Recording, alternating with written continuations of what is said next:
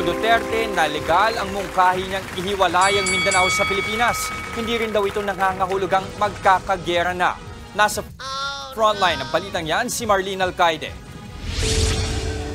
Nagtataka raw si dating Pangulong Rodrigo Duterte sa aniyay knee-jerk reaction ng ilang militar at opisyal ng pamahalaan. Kaugnay ito sa mungkahi niyang ikalas at maging independent ang Mindanao mula sa Pilipinas o yung secession. Sa isang radio interview, binanata ni Duterte ang mga bumabatikos sa kanyang proposal. Yun ang hindi naintindihan ng mga sa kanila na lang, tira-tira na Sino Tatay Digong, sino yung mga gago? Kathleen Kikuchi, maraming salamat from Japan. Thank you po sa kusang loob. Kathleen Kikuchi, sino kaya yung gago, Kathleen? But anyway, yan ang hindi naiintindihan ng mga gago. Basta ang kanilang tira lang ng tira ng sedition. Para sa kanila illegal. Wala pong illegal. May mga bagay na pwedeng mangyari the legal way. Hindi naman minamadali ito ni Tatay Digong eh. Alam mo, OA lang yung mga yan. Hinahanapan lang ng binubutasan. Dalawa lang yan. Binubutasan si Tatay Digong, kaya yung mga maliit niyang sinabi, pinapalaki or praning. Ano sa tingin ninyo? Ha? Yung mga nataranta dyan sa paghihiwalay ng Mindanao, praning? Bakit kaya praning? Naku, bawas-bawasan nyo yan. Or, talagang sinisilipan si Tatay Digong, pinapasama lang sa mga Pilipino. Alam mo, nagtataka ako, Marcos, nakisawsaw ka pa dyan. Alam mo, meron pang speech si Marcos patungkol dyan sa Mindanao. Ano ka, napraning ka ba? Marcos? Napraning ka? Isipin mo, ang tipid-tipid magsalita ni Marcos. Ang hihina ng kanyang mga bihirang-bihira siya magpa-press con. Tapos ngayon, ang haba-haba ng sinabi niya patungkol sa paghiwalay ng Mindanao sa Pilipinas. Ano ka, napraning? O sinisilipan mo si Tatay Digong? Hindi, nagtatanong lang ha. At sino ba yung tinawag mo ditong gago? Tatay Digong, si Marcos ba? Hindi, nagtatanong lang. Para sa akin kasi, ang intindi ko rito, yan ang hindi naiintindihan ng mga gago. So, ibig sabihin, ang sinasabi niyang gago, yung mga hindi nakakaintindi. Gago talaga. Paano ka naging politiko, hindi mo naiintindihan? May legal way po yan. At hindi ibig sabihin, gegera Mindanao laban sa Luzon tsaka Visayas. Gago. Sorry, inulit ko lang yung sinabi ni Tatay Digong.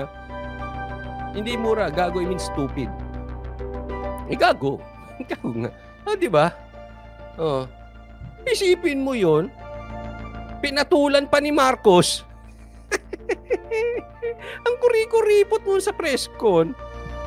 Pagdating dito sa Mindanao, ninervyos ka. Oy, bawas-bawasan mo magkakape. Ako nga, nagbawas na ako sa kape. Nakaka-nervyos yan. Buhay Canada, maraming salamat po ha. Ay, nako. Bawas-bawasan nyo yan.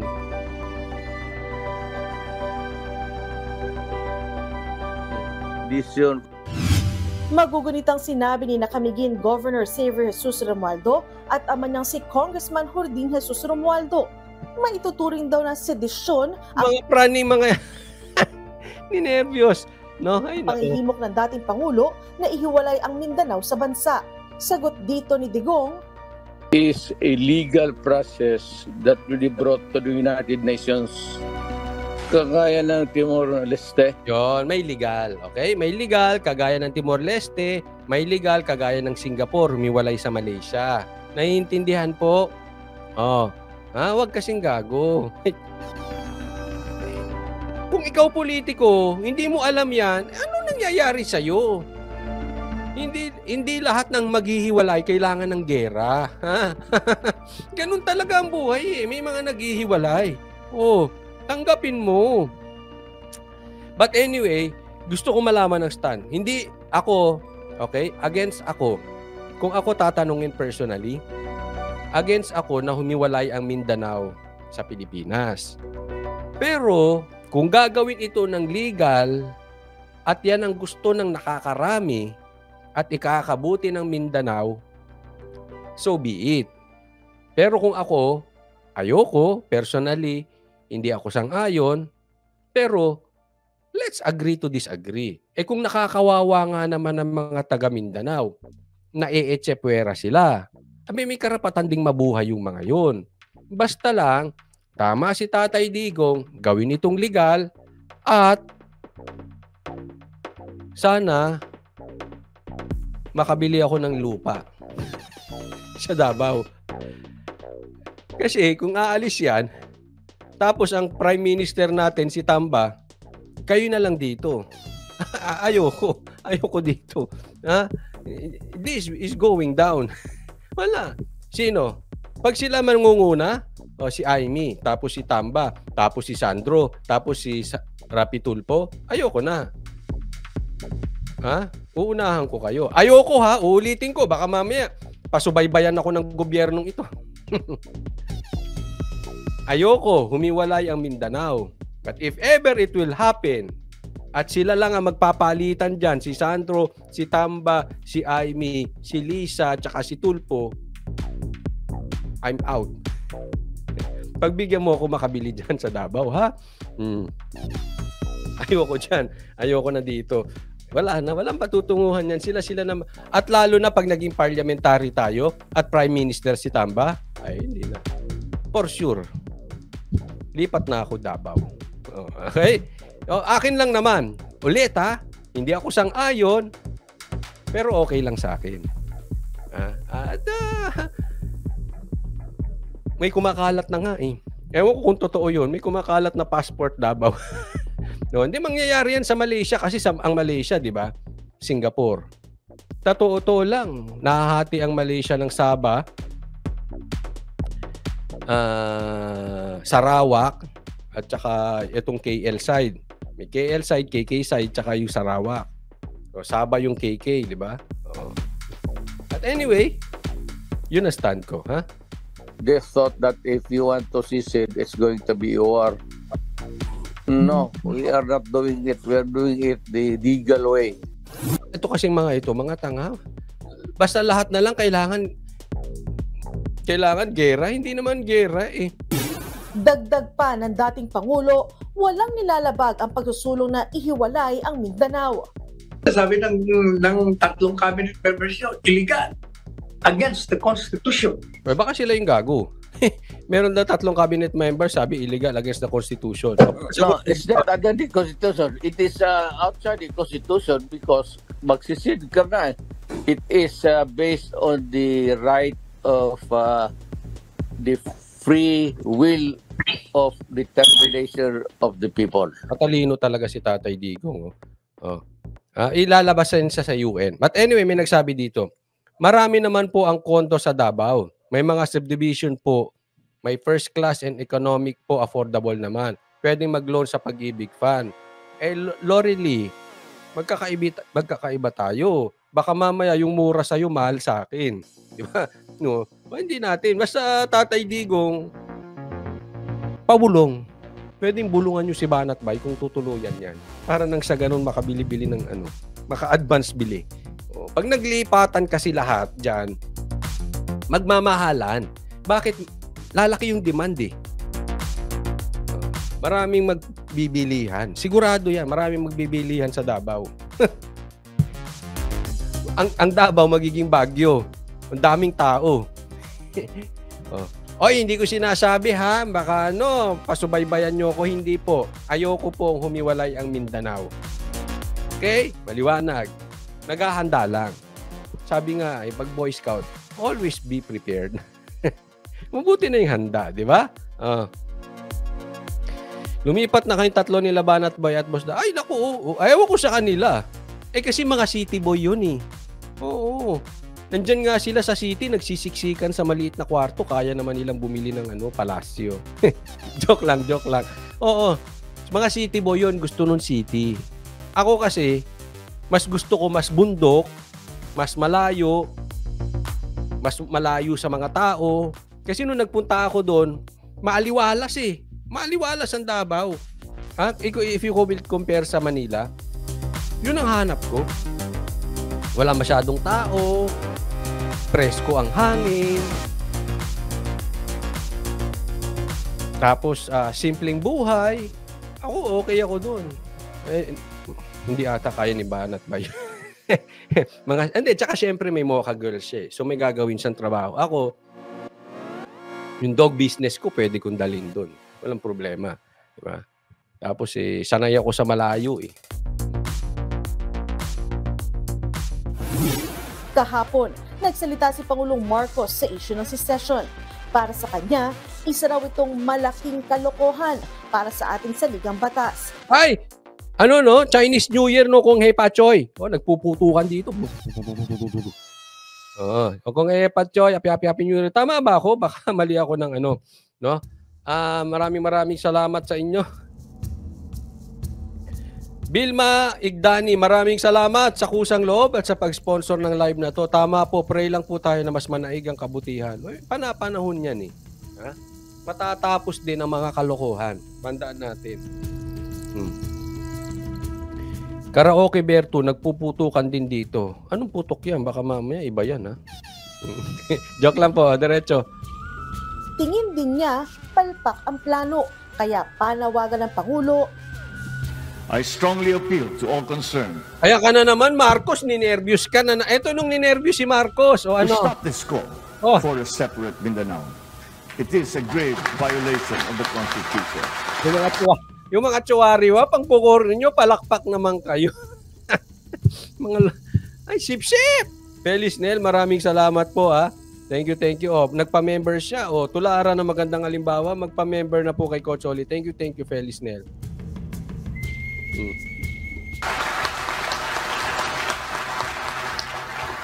Hindi ito ang bagong Pilipinas na ating hinuhubog.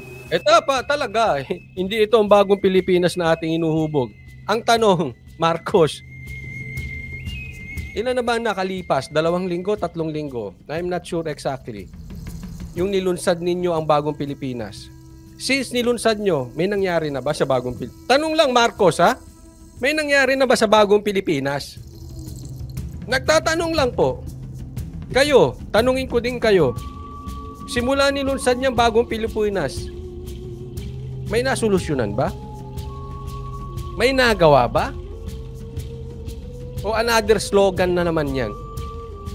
Naampaw. Bagong slogan, wala namang laman. May nangyari na ba? Sige nga. Kayo nakakaalam. Marcos, tanong ko sa inyo. At sa 10 ng iyong mga vloggers at 10 ng iyong mga supporters, anong nanggawa ng bagong Pilipinas? May ikinabuti ba ito? Ewan ko sa inyo. Bagkus, ito ay pagwasak mismo sa ating bansang Pilipinas. kahit ang mga leader ng Bangsamoro. Baka siya yung tinatawag. Baka lang naman, di ko sure ha. Baka siya yung tinatawag na gago ni Tatay Diggs. Hindi naiintindihan eh. Autonomous Region in Muslim Mindanao, naniniwalang wala sa hubog at hindi napapanahon ang isinusulong ng dating presidente. Newly created province kami at ongoing yung transition ng rehiyon. At first time pang mangyayari on the 2025 na magkakaroon ng mandato ang parliament. So, mandato ang parliament? Ano yun? Parliamentary? for us, masyadong, it's too early. No, it's too early. No, it's too early at it's not yet the proper time. We need to unite. Tingin naman ng isang political analyst, tila psychological warfare na ang nangyayari sa panawagang secession. Tiyempo kasi ito sa kainitan. Tingnan nyo itong sinong i-interviewin ha. Sinong tatanungin nila sa patungkol dito sa ginagawa ng Tatay Digong at ni Marcos. Tingnan nyo sino nila ha. Sino ang kanilang hihinga ng opinyon. Hindi ng mga issue laban sa mga Duterte gaya ng ICC probe. Ang gusto mangyari dito is... Nako! Ito na naman si Richard. Ay nako! News 5! Nawalan na ba kayo ng pera? Bakit naman nyo tinitipid yung mga interview ninyo? Ang dami nyong hihinga ng opinyon para patungkol sa political. Yan pa tinanong nyo. Yung vlog nga niyan, sablay eh. Sablay. Manood kayo. Hindi, wag na magkaka-views pa. Sablay. Puro lang, ang ginagawa lang nilang dalawa ni Llamas, puro sarcastic. Puro kasarkastikan lang ang ginagawa nila. Sabit. Tingnan ninyo. Kayo pumatunay, huwag kayo maniwala kay Coach Oli. Ha? Pagkatapos no, huwag nyo na panuorin, bibigyan nyo pa ng views eh. No? Tsaka huwag ngayon. Pero tingnan nyong mabuti. Sablay na nga ang mga opinion niyan. Sablay na nga mga analysis niyan. Parang yung si Bobong Bobong Bakla. Sablay na nga. Ini-interviewan niyang ganyan. Anong aral mapatuto? Wala. Sablay po analysis niyan. Maniwala kayo sa akin. Ma-discourage or ma-deter or ma-dissuade yung gobyerno ng Pilipinas, in this case, the Marcos Jr. administration, from cooperating with the ICC. May tinatawag dyan sa politika madman theory. Nung manggugulo ka lang para hindi ka guguluhin ng iba. Parang it's a kind of a intimidation tactic. Sorry po kasi madman tactic daw. Tactics ang kanilang sinabi na nga, hindi ka kasi nagre-research. Sinabi ni Tatay Digong, hindi ko kailangan ng tulong mo, Marcos. Ako na ang bahala dito. Paano mo sasabihin? Kaya daw nagsasalita lang ng ganyan si Tatay Digong kasi para ginugulo niya, para wag hayaan ng gobyerno ni Marcos na guluhin din siya ng ICC. So guguluhin ni Duterte at para hindi payagan ng ICC. Di kita nyo kung gaano katanga yun. Sinabi ni Tatay Digong, hindi ko kailangan ang tulong ni Marcos. Ako bahala dito. So Marcos, standby ka lang. Ako, request ko lang sa'yo, kung merong warrant of arrest, si Trillanes ang mag-serve. Yun lang, request ko lang yan. Si Trillanes ang mag-serve. Ha? Hindi, alam mo, meron ako sasabihin sa inyo, ha? Yung statement ni Tatay Digong na ganun, para sa akin, ang dating nun, insulto yung kay Marcos. Sa akin lang, ha? Sa akin lang.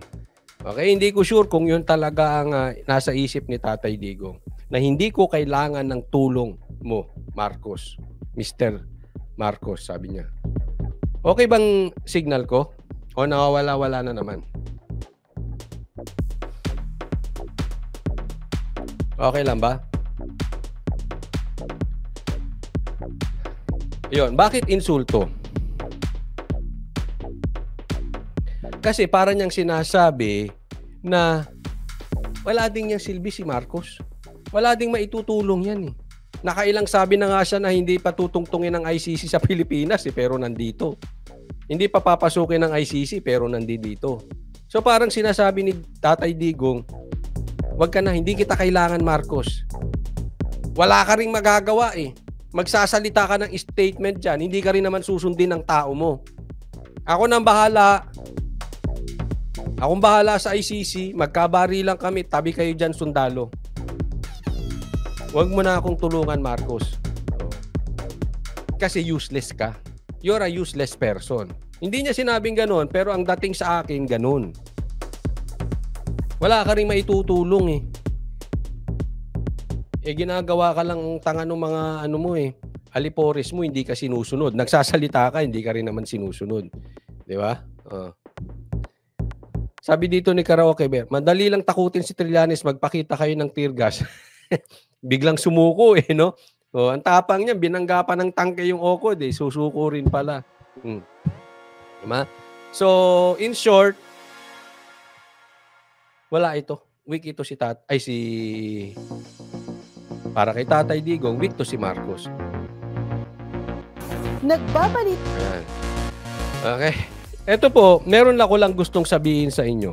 Patungkol dito, total na di-discuss na rin natin si Marcos. Ha? At na-discuss na rin natin kanina. Kayo ba? Halimbawa, kayo ay nasa posisyon.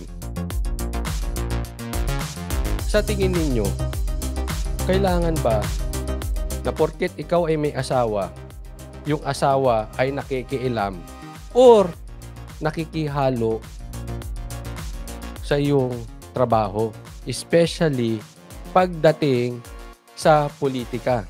Kasi tatandaan natin, iba ang trabaho, private life, kesa yung politika. Marami pong tinatamaan dyan sa politika eh. Buong bansa.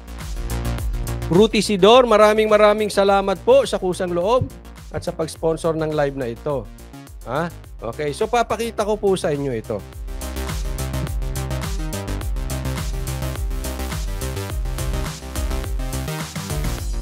Paninira at pambabatikos. Yan naman ang diniin ni First Lady Liza Araneta Marcos sa pangunguna niya sa isang event sa La Union. Nasa frontline ng balitang yan, si Mean Los Baños. Yan po ako na nandito tayong lahat. Pinangunahan ni First Lady Liza Araneta Marcos ang Love for All Caravan sa La Union Convention Center nitong Martes. Ano ko sa inyo?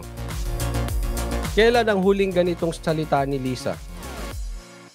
Kailan siya nanguna ng isang caravan? As far as I remember, wala pa ata, o kung meron man, matagal na. Wala akong naaalala na nag-speech siya ng ganyan. Kung tama ako but anyway, tama man ako or mali ako, wala sa hulog yung speech dito ni Liza. Pakinggan ninyo. Sa caravan na ito, nabigyan ng medical at social services ang mahigit 7,000 residente ng La Union. Nakipag-partner ang mga ahensya ng gobyerno sa pribadong sektor para sa Love for All Caravan. Sa kanyang speech, binigyang din ng First Lady ang kahalagahan ng pagkikipagtulungan sa private sector sa ilalim ng tagline na Bagong Pilipinas. So when you hear the words Bagong Pilipinas, what this really means is that both the public and private sector will be joining forces to help our countrymen. Dagdag pa ni Mrs. Marcos, hindi na patok ang mga pambabatikos ngayon. Hindi na po uso ang paninira. Hindi na po uso ang mga pagpapatikos at mga salitang napakasakit. Yan, hindi na uso ang paninira, pagbabatikos at mga salitang napakasakit. Obviously, sinagot niya yung sinabi ni Tatay Digong na may bangag tayong presidente dati, may bangag pa rin tayong presidente ngayon. Sigurado, maraming niisip sa inyo at ako, in my opinion, kasama nyo ko, na itong speech ni Liza na ito ay speech niya panama rin kay Duterte. No? Alam mo, ako hindi ko nagustuhan yung take na ito. Marami kasing mga vlogger si Marcos na sinasabi, ay, pinatamaan sa pool si Tatay Digong kay Liza. Teka muna, buwelta sa inyo yan. Saan kayo nakakita ng isang presidente na yung asawa nila nakikisaw-saw sa political bickering o political attacks? Sige nga, meron ba? Asawa ba ni Duterte naggagaganyan? Tandaan po natin, meron nang bali-balita na weak si Marcos. Meron nang bali-balita na merong gustong kumuha ng power yung kanyang asawa. Tapos magsasalita pa siya ng ganyan. Nakita nyo yung video na iniwasan ni Liza si Sara. At nag-speech pa siya ng ganyan. Ay ako lang sa akin ayokong pinapakailaman kasi yung family matters kasi personal yan. But this one is not family matter anymore. Kasi tinamaan niya na yung paninira, yung tinamaan niya si Tatay Digong in short. So that is not personal anymore. It's political. Marcos, sa akin lang, hindi dapat yan pinayagan. Dapat kinokontrol mo asawa. Again, hindi ako sexist pero pagdating sa political, kontrolin mo naman yung asawa mo. Kasi alam mo, yung ginawa ni Liza na yan, ay kahihiyan sa'yo, Marcos. Isipin mo, ako kunwari presidente ko, papayagan ko yung asawa kong ganyan magsalit. Hindi na. Sasabihin ko, ikaw na presidente, bababa na ako. Ano ka, epal ka eh. Gaganyanin ko yan. Pagdating sa bahay, ibang usapan yun. Pero pagdating sa mandato, ang binoto si Marcos, hindi si Liza. Bakit mo pinapakita sa buong Pilipinas, sa buong mundo yan, na parang under disaya ka? Ako nagtatanong lang, Tanong lang naman yun. Anong sa tingin ninyo, under ba si Marcos? Tanong lang, nagtatanong, hindi tayo nagbibintang. Di ba? Sa mga vloggers mo ni Marcos, sagutin nyo. Nakaganda ba yan sa imahe? Kailangan pa bang ipagtanggol ng asawa? Hindi ba sa atin na lang, sa ating mga lalaki, hindi ba nakakahiya sa atin na meron tayong away, ipagtatanggol tayo ng asawa? Kunwari ako meron kaaway dito. Hindi ko siya papapasukin dito at awayin yan. Aawatin ko, teka muna, this is my fight. Ba't ka ano dyan? Tama ba? O tama-tama? Sabi dito dahil si Imelda ganun din. Ganun din ba si Imelda nun? Ito, simpleng lang ha. Away lalaki, hindi mo papayagan yung asawa mo. Simpleng tao lang ha. All the more presidente. Kailangan ba bang ipagtanggol siya ng asawa? Marco, sagutin mo si Duterte. Sagutin mo ng matindi. Nang hindi ka na kailangan ipagtanggol ng asawa. Baka kaya ka pinagtatanggol ng asawa kasi hindi mo sinasagot si Duterte. Sagutin mo si Tatay Digong. Mapapahiya ka rito. Pag nagdakdak, pag nagpatuloy ng kadadakdak yan si Lisa, mapapahiya ka rito. Kaya tama si Lisa, kaya mali, bubuelta yan sa pagkalalaki mo. Hindi mo mahawakan yung family mo, paano mo hahawakan ng buong bansa? Sa akin lang naman opinyon. Maybe iba-iba tayo. Di ba? Pero ako naniniwala ako maraming lalaki sasabihin sa akin, sangayon ako sa'yo. Karamihan. I think it's safe to say more than 50% sasabihin ng mga lalaki. Hindi ko away ko, papapasukin ko asawa ko. Ano ko, bakla? Ano ko, under? O, di ba? Mali-mali ito. Wag mong alam mo, masakit yung sinabi ni Tatay Digong kay Marcos. Pero itong ginawa ni Lisa, mas masakit yan. Masakit yan sa pagkalalaki. It shows hindi kaya ni Marcos ipagtanggol sarili niya. Kaya kailangan yung asawa magsalita. Hindi ganon ang Pilipino. Hindi ganon talaga ang Pilipino. Hindi po pwedeng babae mo. Hindi naman ikaw binoto eh.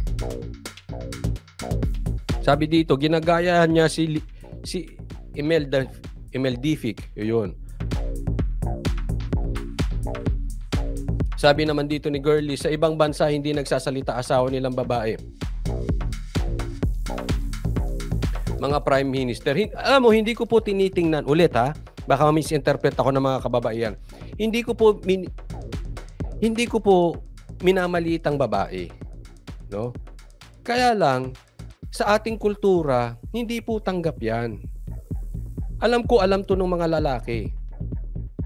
Hindi tanggap yung ganyan. Pero halimbawa, katulad niyan, si Amy, ang senador. Sang-ayon din ako, huwag mong pagsalitain yung asawa mo. Ikaw ang binoto ng tao eh. Ba't isasama mo yung asawa mo kahit siya ang babae? Naintindihan po? Dapat ganun. Lalo magre-reflect yan. Tinatawag na ang weak si Marcos ng marami. Tapos ganyan pa ang asal ng asawa mo. Para mong pinapatunayan yung pagbabatikos kay Marcos, kay BBM na weak. Sure, may class naman tayo ng konti. Pasaring na yan, may class naman Nang pinangalanan ang First Lady tungkol sa pahayag niyang ito. Pero matatanda ang hindi na sa... Okay? So, asaan na?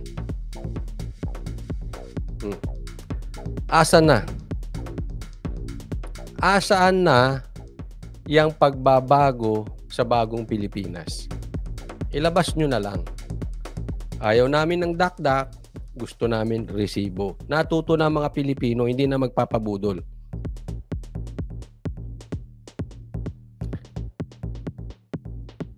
Sabi dito, kailan ba umepal si FL or si Hanilet? Only with the Marcoses na ang mga asawa ang powerful. Yan na sabi, totoo po ba yan? Kung kayo na sumagot, totoo ba yan? Sa mga Marcoses, powerful ang asawa. Hindi ko alam. Sagutin nyo. Diba? Sabi dito ni Jimmy, dapat hindi makisawsaw si Lisa sa politics. I agree.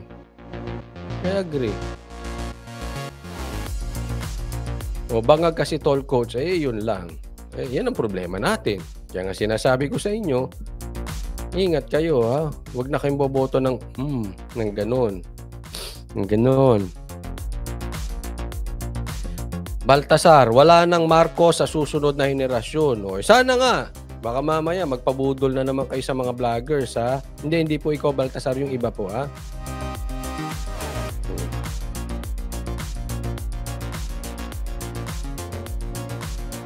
Ano mas maliit ang itlog? Yes po, Lorely.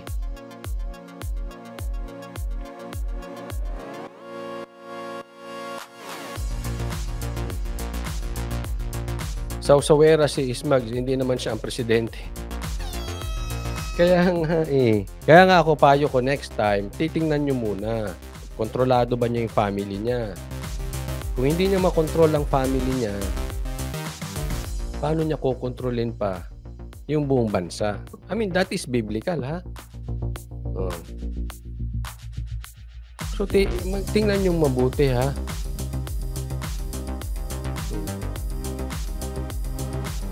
Sabi naman dito ni Ahmed, FL has no business in governance kasi hindi siya halal. Correct. Ayun, ang ganda na sinabi ni Delia. Siya, class ba? So, palingkera ang bruha. Abay, in English.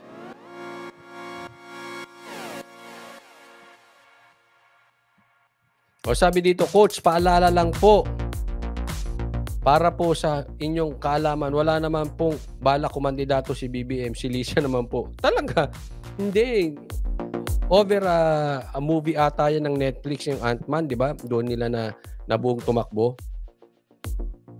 Malaki itlog ni babae, sabi ni Antonio.